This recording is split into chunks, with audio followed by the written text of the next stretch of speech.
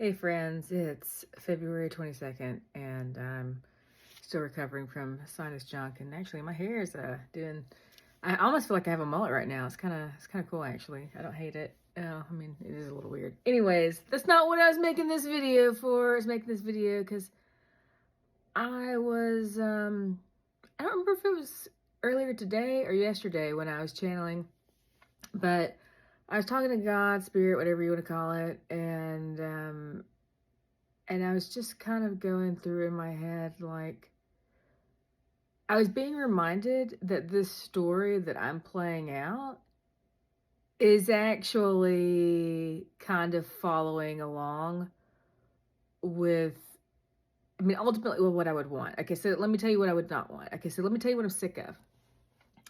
Okay, I'm 40 years old. And even before getting to middle aged, I was already like, man, does life end at 18?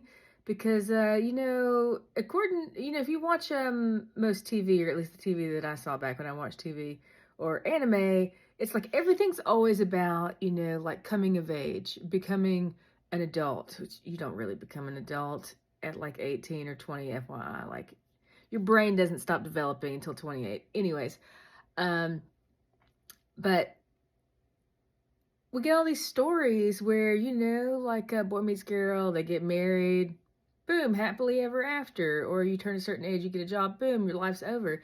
And it always irritated me. It's like, man, is that it? You graduate high school, go to college maybe, get a job, settle down, and then that's the rest of your life? Like, man, it kind of sucks. Like, I feel like I'd get super bored and stuff. So, anyways, I've really appreciated in media when we've had stories and characters that are older or that are having adventures midlife and things like that. I mean, like a few of my favorite characters. One I have to mention is River Song from Doctor Who, just because, like, she was one of the first really well done, in my opinion, like, more like middle-aged, adventurous characters. Anyways, needless to say, for me, you know, I guess I plan to live forever, and I want to have variety in my life. And I like learning new things and all that kind of stuff. So for me, having my spiritual awakening, like in my late 30s, now I'm 40 and things are like really escalating, has been like a huge blessing because, like I have all of that, those foundational years, their own story, but now I'm entering a new phase of my life and a new arc. And, some of you may be older than me, some of you may be younger than me when you start, going through your awakening stuff. Really, I ultimately feel it's whatever your soul was craving. For me, I like things long and drawn out. So, let's take it slow, um, overall. But it just kind of, when I had that realization in the last couple of days, it just hit me because I've been wondering why I had my awakening when I did, like, because I had a spontaneous Kundalini awakening, um, while in the hospital with COVID, and like almost died a couple of times, and a near-death experience and all that stuff. And I was mostly at peace with dying at the time. Like, I was pretty happy with my life, with my beliefs or lack of beliefs and stuff at the time. And my awakening was so intense and so special, and so crazy in the most fun way, of being body snatched by God and Jesus and shit. And, you know, taken to all kinds of crazy places. And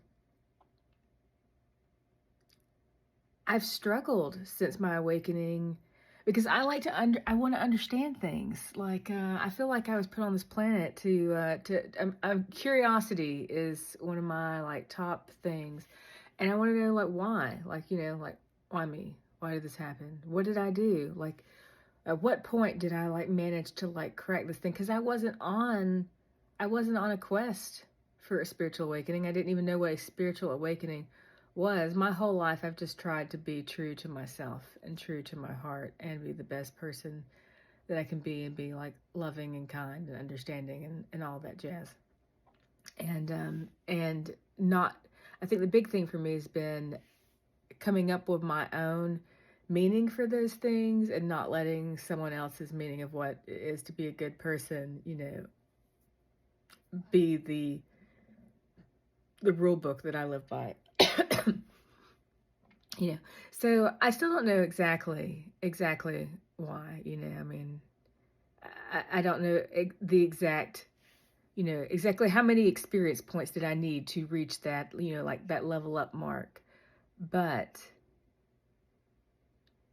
when I think about my character arc in my story, because we're all the main character in our own story, in the story of life, whether you feel that way or not, you are the main character in your story. The universe may not revolve around you, but your universe does. So for me, I realized that my character arc is following the timeline or narrative that if I was a writer writing a story, I would find the most interesting. And I just, that just made my heart happy. And yeah, I'm excited. So, anyways, what's your character arc like? Any thoughts, experiences? Come on, guys. I want y'all to share some of your experiences with me or questions or whatever. Let's like actually start talking about stuff, okay? I don't bite unless you want me to, and then just playfully, okay? Peace.